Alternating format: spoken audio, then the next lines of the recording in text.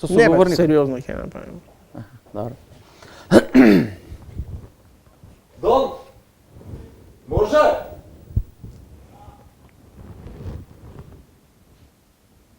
Може? Добро вечер во второто издание на емисијата Фактор. Вечерва ќе разговараме за континуираните задолжувања на државата кон надвор. Денешен наш соговорник е универзитетскиот професор Крстер Шеиновски. Добро вечер, господин Шеиновски. Добро вечер. Задолжувањето на Македонија е околу 40,8 според официјалните податоци на Министерството за финансии. За разлика од тоа, екс-гувернерот Гошев предупредува и алармира дека ситуацијата е драматична и дека долгот е веќе надминат над 50%. Добро, почнавте со екс-гувернерот Гошев и неговата изјава и неговото тврдење. Јас сум научен работник кој работам во Република Македонија и користам податоците на Заводот за статистика. Јас сакам да верувам и понатаму дека Заводот за статистика и Народната банка презентираат точни статистички податоци, прават точни финансиски истражувања и големината на бруто домашниот производ врз основа на кој се мери задолжувањето се вистинити и веродостојни. И тврдењето на Народна банка и на Заводот за статистика вела дека Македонија има 40,8% јавен долг во однос на бруто домашниот производ. Значи, се додека не видам официјален податок со друга бројка, јас останувам на тоа тврдење и не сакам да верувам на укажувањата на екс-гувернерот Гошев со оглед на фактот што доаѓаат во период кога стана екс-гувернер. Доколку имаше забелешки нови анализи, тие Гошев можеше да ги истакне во времето на неговото условно речено владење во Народната банка, односно кога истата институција ги правеше анализите за големината на бруто домашниот производ. Меѓутоа, она што сакам исто така да го кажам и да го потенцираме дека 40,8% долг кој го има Македонија, јавен долг, е исклучително сериозна бројка со оглед на големината на македонската економија и со оглед на структурата на долгот која го има Македонија. Македонија има исклучително сериозен јавен долг, односно неквалитетен јавен долг, кој генерално е производ на задолжување за враќање на стари долгови. Значи, самите оние кои инвестираат во врзниците кои ги емитува македонската држава со цел да подмири дел од старите задолжувања, бараат повисоки каматни стапки, да речеме во однос на Република Хрватска, која има многу поголем долг, но многу поквалитетен долг, затоа што тој е настанат ради инвестиции во инфраструктурата, значи бараат повисоки каматни стапки.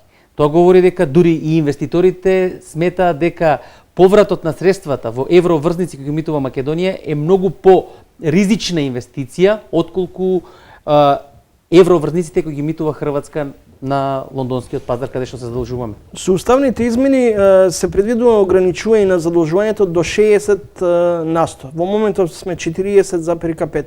Можеме ние овој тренд да го задржиме?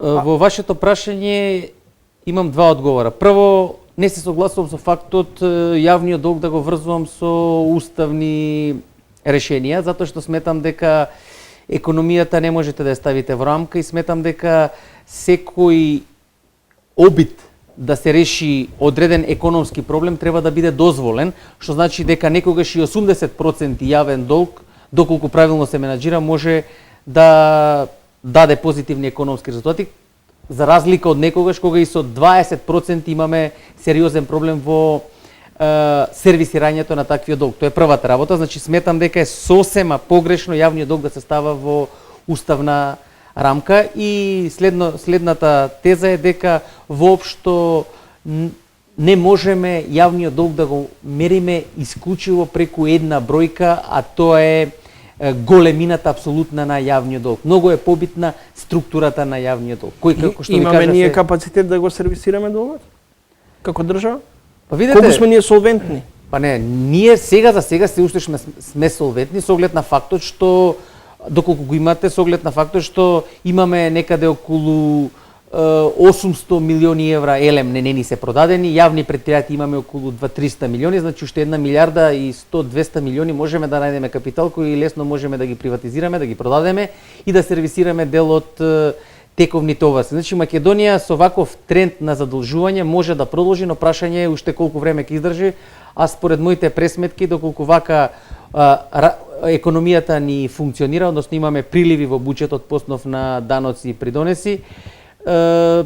Повеќе од 4 години Македонија веќе ќе завлезе во една исклучително сериозна финансиска позиција, која, сакам да кажам, би била многу посериозна од Грција, со оглед на фактот што Грција си има Германија за пријател, Македонија знаеме кои ни се пријатели, односно фактички нифи ги немаме, мислам дека соочувањето со реалноста ќе биде многу поопасна во Македонија. Председателот на Сдруженијето на банкари Јанчевски вели дека банките се полни со средства. Дали сега владата ќе почне да црпи и од нив?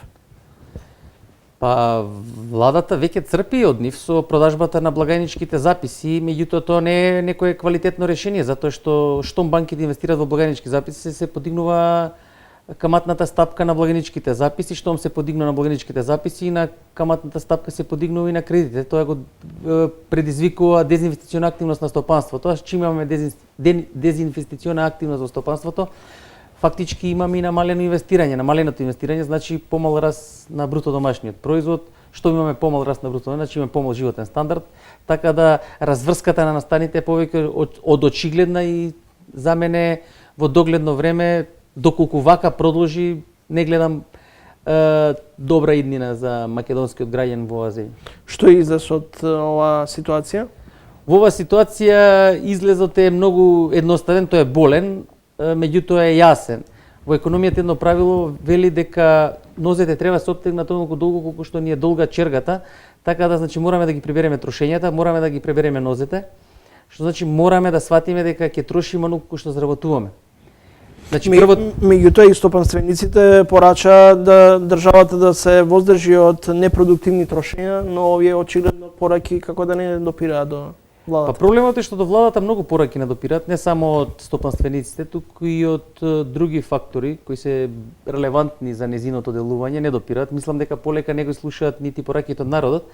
Меѓутоа тоа е позиција на власта, таа менаџира од позиција на власт и ги носи одлуките такви што ги носи. Оние свират музиката, ние сме тука да играме, до кога ќе играме? Ќе видиме, времето ќе покаже. Со тоа што ви кажувам, трендот на задолжување е сериозен. Македонија е една од најбрзо растечките економии во Европа по стапката на задолжување, што е сериозен индикатор, иако факт е дека се уште сме според бројките сме во сериозно задолжените, во средно задолжените земји, но она што ќе повторам уште еднаш, е сериозен индикатор за задолженоста на Македонија е структурата на долгот.